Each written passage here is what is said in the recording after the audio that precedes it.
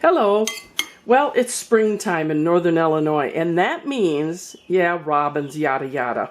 That means strawberries and rhubarb. Oh, if I have a kryptonite, it is fruit. And this just drives me crazy. Strawberries and rhubarb together. So I'm making up some strawberry rhubarb pies to freeze. I'm also dehydrating them. But this is what I'm going to do with this batch. I'm going to combine the rhubarb and the strawberries, and I'm going to show you how I'm going to freeze these unbaked and then bake them when I want them. How about this winter when we have a blizzard? Now, I have 2 1/2 cups of strawberries here. I've cut everything about 1/2 inch cubes. I have 2 1/2 cups of rhubarb there. I didn't think you'd want to watch me cutting up all that rhubarb, etc. There, and it just looks so pretty, doesn't it? What we have here is 1 cup of sugar, 3 tablespoons of cornstarch. Now the recipe calls for minute tapioca. I don't have any, and it says that you can go with cornstarch, and that's what I'm doing. 1 tablespoon of flour. In here there's 1/2 teaspoon of lemon zest and 1/2 teaspoon of lemon juice. I have 1/2 teaspoon cinnamon and 1 teaspoon of vanilla. Now I will combine these, and then we're going to put them on the strawberries and the rhubarb. Now you may see in the back here, maybe you can't. I also have some sugar for later to sprinkle on the pie. And I have an egg wash of 1 egg and a tablespoon of water. We'll put that on the pie too. So my sugar's in there, and I'm going to add my cinnamon, my cornstarch, and my flour. And I'll mix these little dry ingredients together first.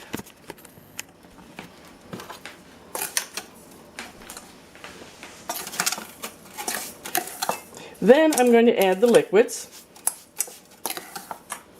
And then we'll add it all to the fruit. I don't know, is rhubarb a fruit? I don't know. I like to think of it that way. This, and I can also do this. In fact, I prefer using my hands. I can feel that I'm distributing the moist ingredients with it. There. Now comes the rhubarb and the strawberries. That's all done, 2 1/2 cups of each. I'm going to pour that on and mix it up. The big deal is picking the rhubarb or strawberries or buying it, whatever you do. I'm going to freeze some this year, some rhubarb. There, this is all set for the pie. I'm going to set this aside. Okay, we're going to put the pie crust together. I have here a pie plate. You could use disposable, but I have several. Actually, you wouldn't be surprised how many pie plates I have, but I've got some spares. So I'm going to use this. And you know, everybody loves my mom's pie crust recipe. I loathe it. I've been eating it for 73 years, so when I want something that I like, I do this. Don't think bad of me. Yeah. You must adapt. The problem is, I'm afraid, because Martin's not had strawberry rhubarb much, I'm afraid he's really going to like it. And then I will be in big trouble. So, I want some of this to overhang. I want some of this to overhang in my pie plate. So I'm going to make it a little bit bigger. This will be the just right size for the top, but I want more on the bottom. You don't have to do much. That should do it. So here's my pie plate. And I'm just putting it in there. There. I've got overhang, which is what I wanted. See that? Very nice. If one side's a little shy, just pull it over. That's all set. Now we put in the filling.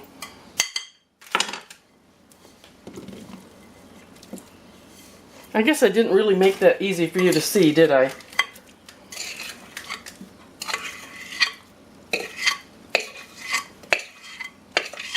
When I work at the counter, I just don't have so much room to move.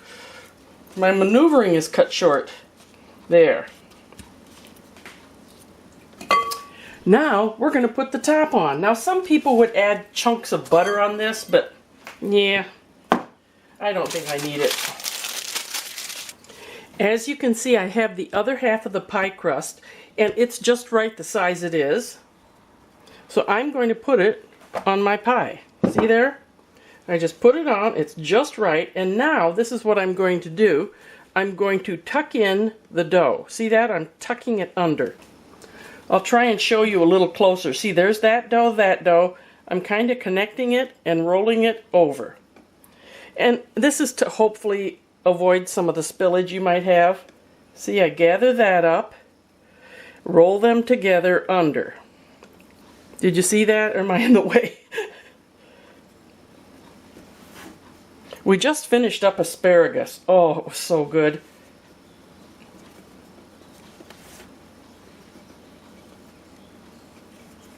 There you see it's all tucked under, and that's in hopes of keeping it from exploding overboard. Now you crimp the edges. You can use a fork or you can use your thumb. Maybe you can see this. I'm just kind of denting it in. You're kind of making a seal there, is what you're doing. At this point, if you want to get fancy, you can make little decorations to go on top. By this time in making a pie, I'm done. Let's get it in the oven.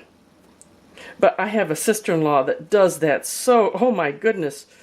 At Christmas time, she'll have little deer on there. This is ready to be finished off, and I'll show you what I'm going to do. I've got a knife. I'm going to cut some vent holes in here. Now I'm going to wash it with that egg wash I told you about. See? Oh, it makes it brown up so nicely. You don't want to drench it, you just kind of want to put it on. One time I put on way too much and it was like, eesh. Change the whole thing. There. That's all I want.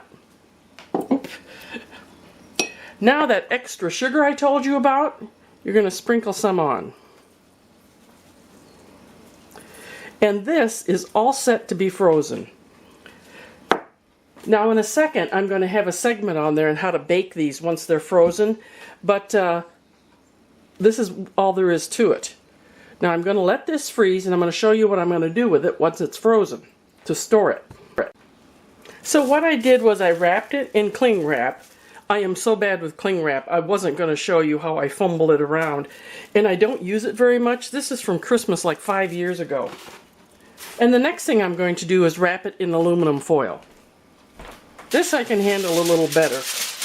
Then I'm going to put this in the freezer. I'm going to give it another thing of aluminum foil for protection. You can keep it in the freezer, they say about 3 months, but my freezer is manual defrost. So I think it could go longer. There. That is going to go into the freezer. Here you have a beautiful strawberry rhubarb pie, all set for the freezer and all set to be baked later. Now the next section I'm going to show you how to bake this, and the directions are below how do you bake a frozen pie. Since I'm not going to bake one of my big pies that I've made fresh just now, I will show you one of the little ones that I made. This is my kryptonite because I will eat this whole thing. Anyway, I froze it like I showed you how to freeze it. I vacuum sealed it.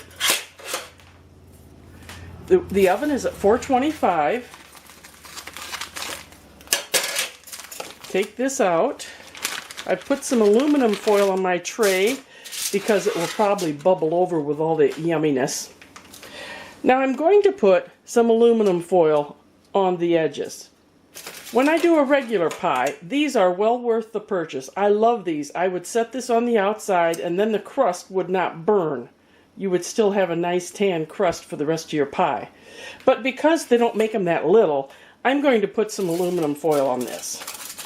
And I just take some, and it's not too hard. And what I'm going to do is cook this a little longer. I don't know if it's going to be 20 minutes, 30 minutes, I'll let you know.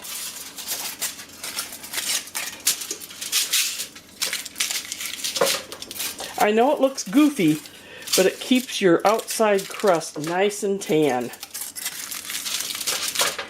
In the directions below, I'll tell you the time for the big pie, because not many of you are going to make these tiny ones.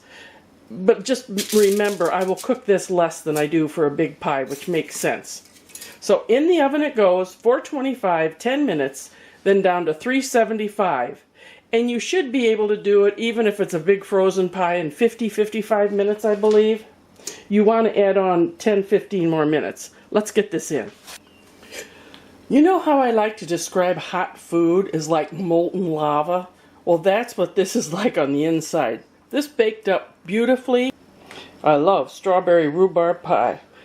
And now what I'm showing you today is how you can make them, freeze them uncooked, and then cook them whenever you want them. Give this one a try. It's really good. Get some strawberries and some rhubarb. Maybe your neighbor has some rhubarb. Till next time, bye-bye.